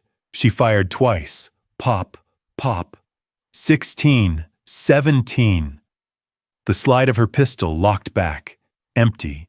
She was out of rifle ammo, out of machine gun ammo, out of pistol ammo, and there was one more man coming. The sound of a firing pin striking an empty chamber is the loudest sound in combat. It is the sound of a promise broken. Elena squeezed the trigger of her Sig Sauer P226 again. A desperate reflex, but the result was the same. Click. The 18th man was not shooting. He was sprinting. He had seen the slide of her pistol lock back, seen the exhausted slump of her shoulders. He was 20 yards away, a scream tearing from his throat, his AK-47 held by the barrel like a club. A rusty bayonet was fixed to the muzzle, catching the moonlight. He wasn't a soldier anymore. He was an executioner. Elena tried to stand, to retreat, to use the heavy PKM as a shield, but her right leg finally quit. The loss of blood had drained the hydraulic pressure from her muscles. She collapsed sideways, her vest scraping against the rocky soil, landing hard on the chest of the dead machine gunner she had been using for cover. The world tilted on its axis. Gray spots bloomed in her vision, eating away the periphery. She could hear her own heart. A slow, struggling thump-thump, louder than the scream of the man rushing to kill her. Move. Find a rock. Find a knife. Anything. Her hands, slick with her own blood and the grease of the machine gun, scrambled over the dead man's gear. She felt the canvas of his vest, the cold steel of the PKM links, the sticky wetness of his wounds. 10 yards. She saw the whites of the attacker's eyes. They were wide, manic. He raised the rifle high, preparing to drive the bayonet down into her chest. Her fingers brushed against leather. A holster. It was tucked deep into the dead gunner's belt, beneath the bulk of his ammo rig. Standard Soviet doctrine. Heavy weapons operators carried sidearms. Elena didn't think. Her body moved on the muscle memory of 1,000 drills. She jammed her hand down, tearing at the retention strap. It was stiff leather, swollen with sweat. 5 yards. The strap popped. Her fingers wrapped around the grip. It was small, textured plastic. A Makarov PM. She yanked it free. The hammer snagged on the webbing of the dead man's vest. 3 yards. The attacker lunged, the bayonet swinging down in a vicious arc. Elena ripped the pistol loose, twisting her body violently to the left. She didn't have time to extend her arms. She didn't have time to aim. She shoved the gun upward, bracing her wrist against her own ribs to absorb the recoil. 0 yards. The bayonet tip sliced, the air inches from her face, the wind of the swing cooling her sweat. The attacker's momentum carried him over her, his body crashing into hers. Elena pulled the trigger. Crack. The Makarov barked, a sharp, angry report compared to the heavy boom of the rifles. The muzzle was pressed directly into the man's abdomen. The impact lifted him off her. He gasped, a wet, sucking sound, and stumbled backward. He looked down at his stomach, confused, the rifle slipping from his hands. He tried to step forward again, driven by pure hate. Elena racked the slide. Though she didn't need to, the Makarov was semi-automatic, but shock made her doubt everything, and fired again. Crack! The second round took him in the chest. He collapsed, his knees hitting the dirt first, then his face. He landed across her legs, his weight pinning her wounded thigh to the ground. Elena didn't push him off. She couldn't. She let the pistol drop from her hand. her head falling back against the rocks. 18. The number floated in her mind, detached and abstract. 18 lives, 18 decisions. The silence returned to the wadi, but this time it was different. It wasn't the silence of waiting, it was the silence of the end. The shooting in the valley below had stopped. Lens? Lens, do you copy? Graves's voice was faint, sounding like it was coming from the bottom of a well. Elena reached for her push to talk, but her fingers wouldn't close. She stared up at the sky. The stars were disappearing, not from clouds, but from the gray fog closing in on her eyes. Stay awake. If you sleep, you bleed out. Then, the stars began to vibrate. A low, thrumming sound built in the air, vibrating through the ground, through the dead bodies, and into her bones. It grew louder, a rhythmic beating that drowned out the ringing in her ears. Whoop, whoop, whoop, whoop! Suddenly, the night sky was ripped open by a blinding white light. A searchlight, millions of candle power strong, swept across the ridge, illuminating the carnage in stark, terrified relief. Viper Actual, this is Pale Horse 1-6. A new voice crackled over the radio, calm, American, and sounding like the voice of God. We are on station. We have eyes on the thermal signature in the wadi. That's a lot of bodies, Actual. Pale Horse, we have a friendly casualty at the heavy gun position. Graves screamed. Status critical. Do not engage the ridge. Copy. We see the strobe. We are coming in for a dusty landing. Keep your heads down.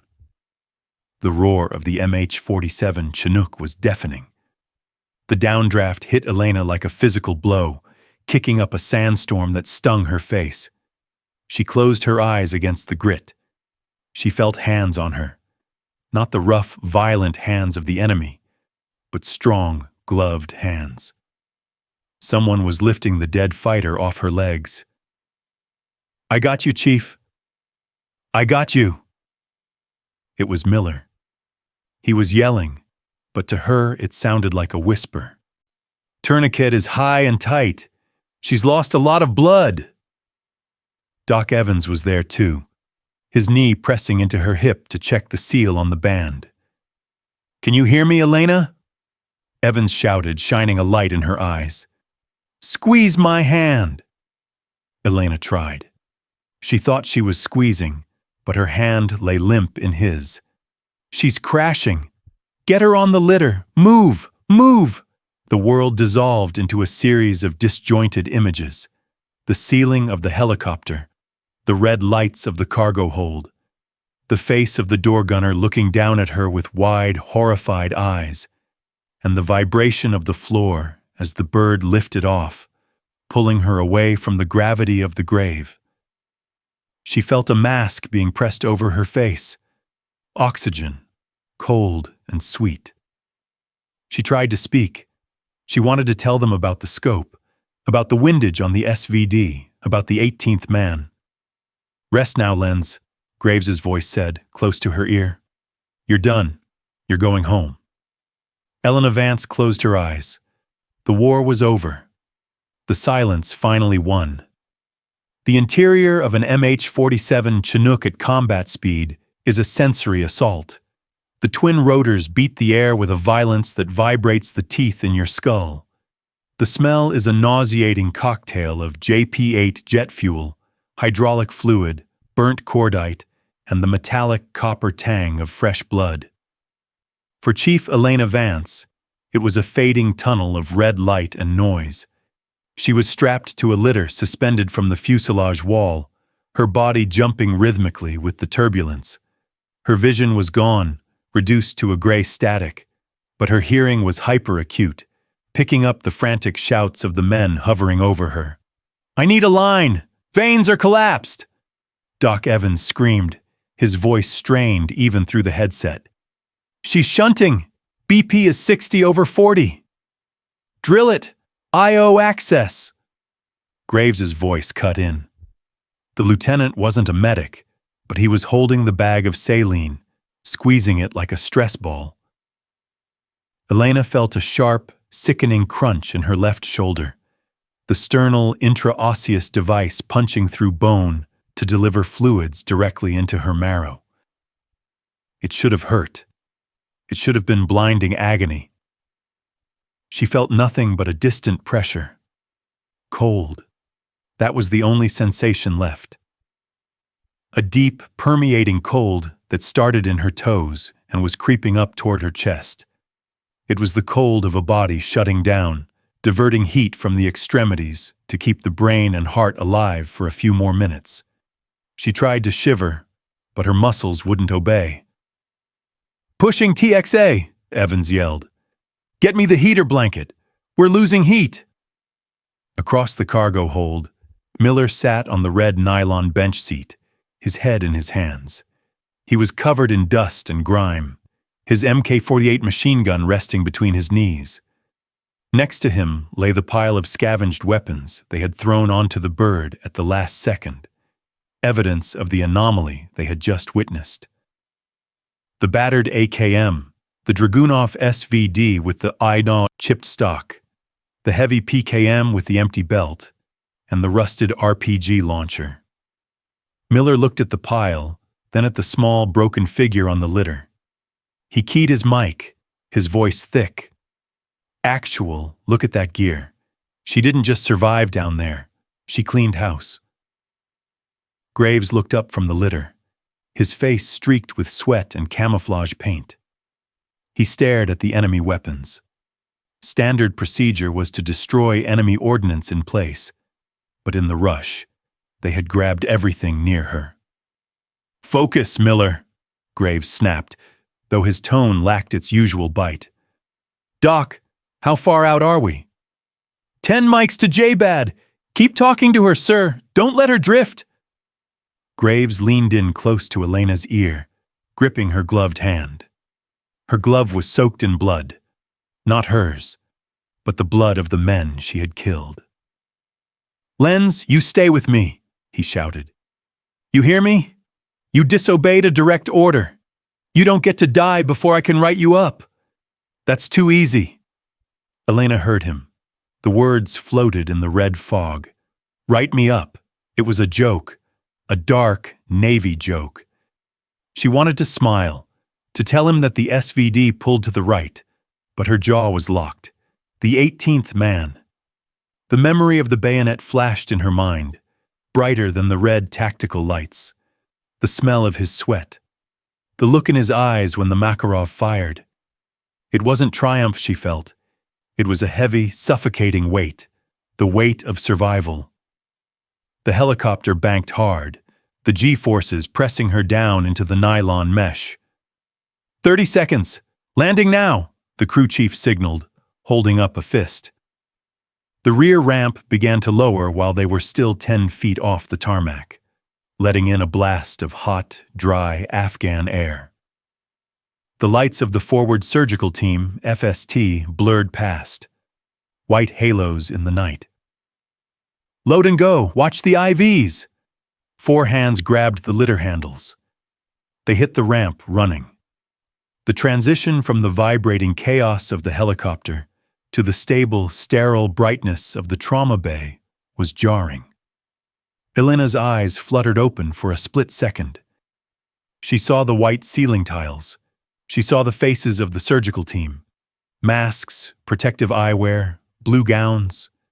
They looked like aliens. "Trauma 1, what do we have?" A surgeon barked. "Female, approx 30, GSW to right thigh, massive hemorrhage. Tourniquet time 35 minutes, blast exposure, hypovolemic shock. Cut the clothes, get X-ray on the chest, hang 2 units of O-neg." Scissors snipped at her gear. Her plate carrier was pulled off, the heavy ceramic plates clattering to the floor. Her uniform was cut away. The cool air hit her skin, making the shivering violent now. "She's waking up. 10 milligrams ketamine." A face leaned over her. Not a SEAL, a woman. An Air Force nurse with kind eyes above her mask. It's okay, honey. We got you. You're safe. The fight's over. Elena wanted to grab the nurse's arm. She wanted to say no. The fight isn't over. The heavy gun is still there. The scope is shattered. But the syringe pushed into her IV line, and the red light faded to black. The cold receded, replaced by a velvet nothingness. The last thing she heard wasn't the surgeon's orders or the beeping of the monitor. It was the phantom sound of the DSHK on the ridge. Thump, thump, thump. And then, silence. 24 hours later. The recovery room at Bagram Airfield was dim, smelling of disinfectant and floor wax. The hum of air conditioning was a constant, soothing drone. Elena opened her eyes. It wasn't a snap-awake moment like in the movies. It was a slow, groggy climb out of a deep well. Her mouth felt like it was stuffed with cotton. Her leg, her right leg, felt like a block of wood wrapped in barbed wire. She shifted, and a sharp pain spiked through her hip. "Easy, Chief. Don't pull the lines." She turned her head. Sitting in a plastic chair next to her bed was Lieutenant Graves. He was showered, wearing clean PT gear, but his eyes were rimmed with dark circles. He held a styrofoam cup of coffee that had gone cold hours ago. "Sir?" she rasped. Her voice sounded like grinding stones. Graves sat up, putting the cup down. "Welcome back to the land of the living. You gave the surgeons a run for their money. They had to stitch an artery." Elena looked down at the blanket covering her legs.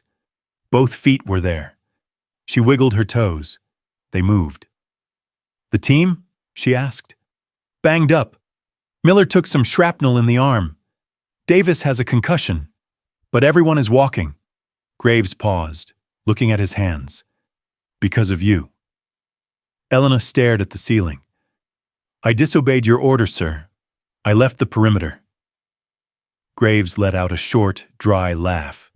He reached into the pocket of his shorts and pulled out a small, jagged object. He placed it on the bedside table. It was a piece of glass, a shard from the objective lens of her SR-25 scope. "I wrote the report," Graves said quietly.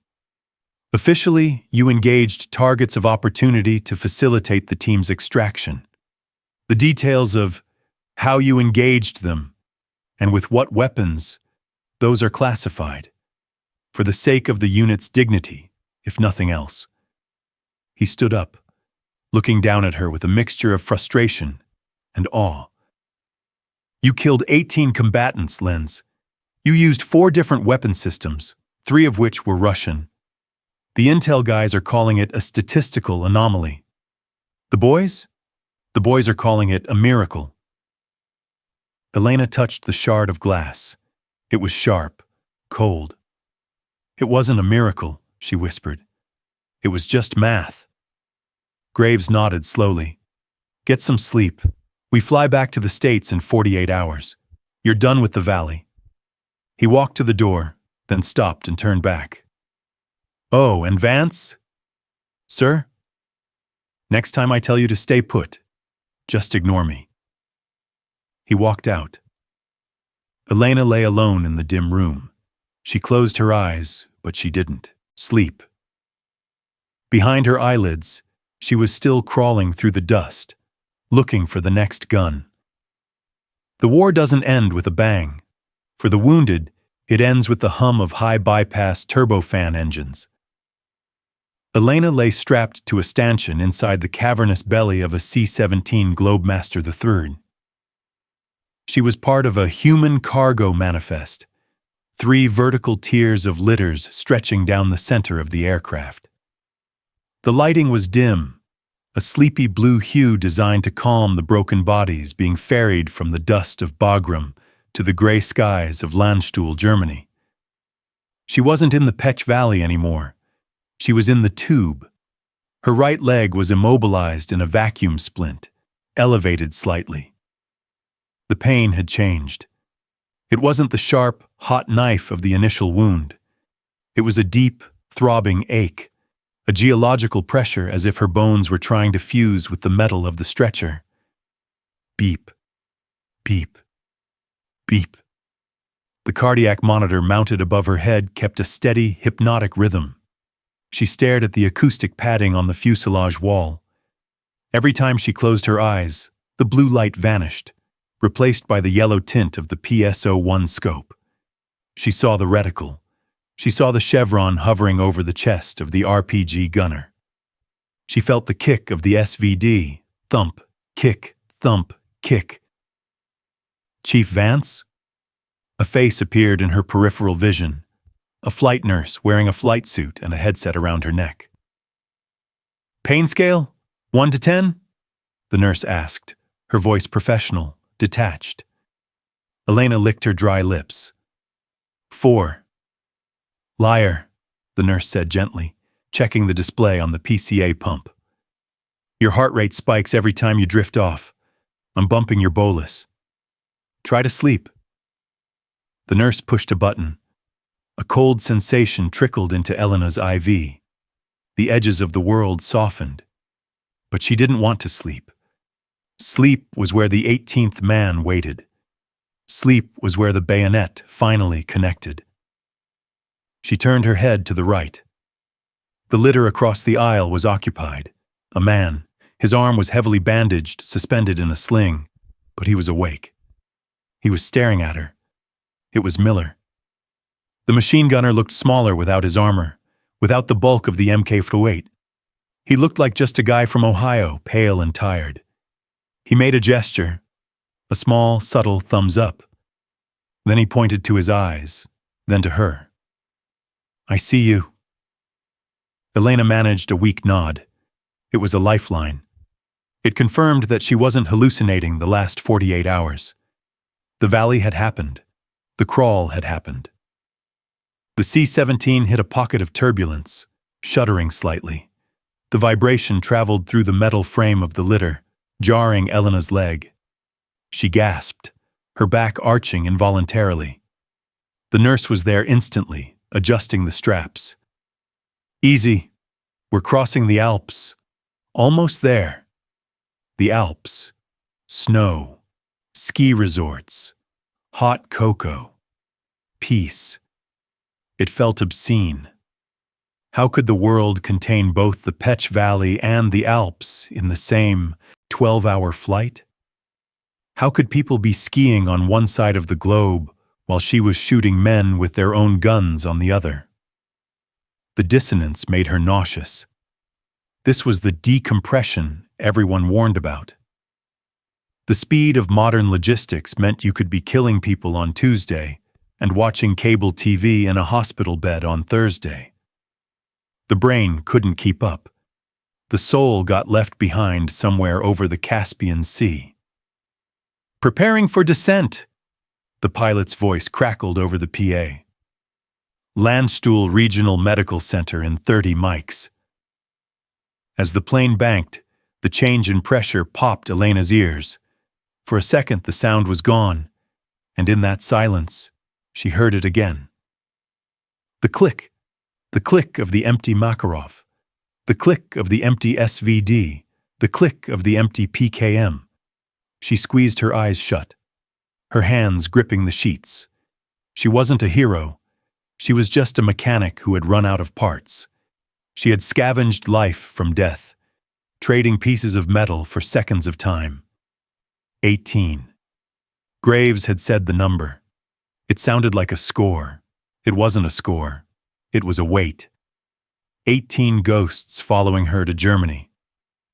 The wheels touched down with a screech of rubber. The reverse thrusters roared, slowing the massive beast. The war was officially thousands of miles behind her. But as the ramp lowered, letting in the damp, gray chill of a German morning, Elena knew the truth. The valley wasn't behind her.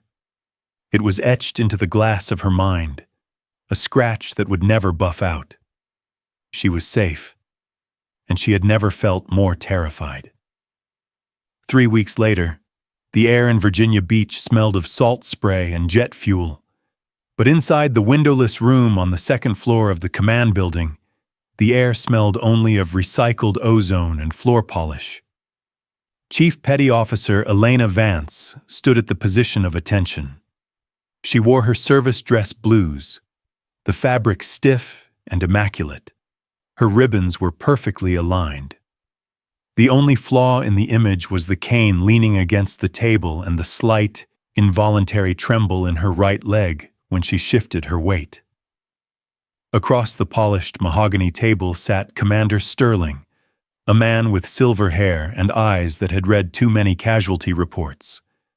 Beside him was a thick file folder stamped with the red block letters, "Top Secret, No Foreign." "At ease, Chief. Sit down," Sterling said, gesturing to the chair. Elena sat, keeping her back rigid. She rested her hands on her knees, careful not to put pressure on the healing incision where the surgeon had reconstructed her femoral artery. Sterling opened the file. He flipped past the maps of the Peck Valley, past the satellite imagery of the ambush site, and stopped at a series of grainy photos taken by the QRF recovery team. They showed the ridge, the wadi, and the bodies. "I have read Lieutenant Graves's report," Sterling began, his voice neutral. "I have read the statements from the surviving members of Alpha Platoon. They are consistent, remarkably so." He slid a photo across the table. It showed the nest where Elena had fought the sniper. The dead insurgent she had used as a shield was visible. The empty SVD lay in the dirt. "According to the official timeline," Sterling continued, "the platoon was pinned down by a heavy machine gun and multiple maneuvering elements. Air support was denied. And yet, 18 enemy combatants were neutralized in the span of 12 minutes. The heavy gun was silenced. The sniper was counter-sniped. The flanking maneuver was broken by—" He paused, looking at the paper. "Heavy weapons fire from a position that didn't exist on our charts." Elena remained silent. There was nothing to say. The math was on the table. Sterling looked up, locking eyes with her. "You are an intelligence specialist, Chief Vance. Your role was cultural support. You were there to search women and children. You were not there to conduct a one-woman siege using enemy ordnance." "The situation evolved, sir," Elena said, her voice steady. "The team was combat ineffective. I had a line of sight. I took it." "You abandoned cover. You violated a direct order from the ground force commander to remain in place." "Yes, sir." "You utilized non-standard weapons without ballistic testing or safety checks." "Yes, sir. They worked." Sterling sighed, leaning back in his chair. The harsh fluorescent light hummed overhead. He tapped the file with his pen. "If I put this in the official record, if I write down that a female support sailor crawled out of a kill zone, scavenged 4 Russian weapons, and saved a SEAL platoon single-handedly, it becomes a circus. The press will want a name. The politicians will want a photo op.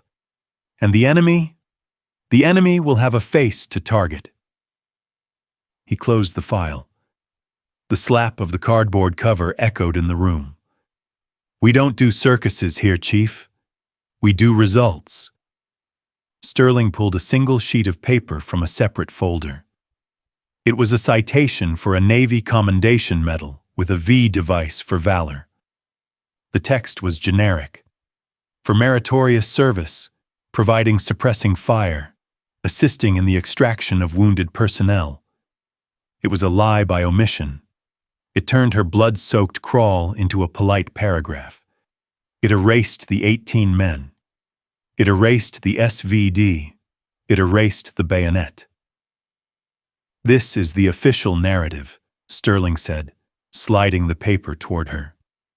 "The specific details of the engagement are classified Level 1. You will not discuss the scavenged weapons. You will not discuss the kill count. As far as the Navy is concerned, Alpha Platoon fought its way out with organic assets. He picked up a pen and held it out. Do you understand, Chief? Elena looked at the paper. It was an erasure of history. But then she thought about the Wadi. She thought about Miller's thumb up in the C-17. She thought about Graves telling her to survive. She didn't need the world to know. The men knew. That was the only currency that mattered. I understand, sir, she said. She took the pen. She signed her name. Good, Sterling said, his demeanor softening slightly. Dismissed, Chief. Elena stood up, grabbing her cane. She came to attention, saluted, and turned to leave. Vance? Sterling called out just as she reached the heavy steel door. She stopped. Sir? 18, he said quietly. That's good shootin', with any rifle. Elena nodded once, then pushed the door open. The hallway outside was bright. Waiting against the opposite wall were 4 men. Lieutenant Graves, his arm in a sling. Miller, looking pale but upright. 2 other SEALs from the platoon, leaning on crutches. They weren't in dress uniforms. They were in working fatigues. They didn't say anything when she stepped out. There were no cheers, no slow claps. That was for the movies. Graves pushed off the wall and walked over to her. He looked at the closed door of the skiff, then at her. He knew what had happened in there. He knew the story had been buried. He reached into his pocket and pulled out a small black velvet box. He handed it to her. From the boys, Graves said. Elena opened the box. Inside wasn't a medal. It wasn't a ribbon. It was a glistening, jagged shard of glass, the piece of her shattered SR-25 scope he had saved from the hospital. But now, it had been drilled and mounted on a small silver chain. We know what you saw through that glass, Miller said, stepping up beside Graves. And we know what you did when it broke. Elena closed her hand around the shard. It was cold, sharp, and real. Walk with us, Lenz, Graves said. Beers are on Miller. He missed the most shots. I was suppressing, Miller protested, a grin breaking through his tired face. Elena hooked her cane over her arm and adjusted her step to match theirs. They walked down the long, sterile corridor together, a limping, broken formation of 5. She wasn't just an attachment anymore. She wasn't just the cultural support. She was the one who had crawled into the dark so they could see the light. She was the lens, and she had seen everything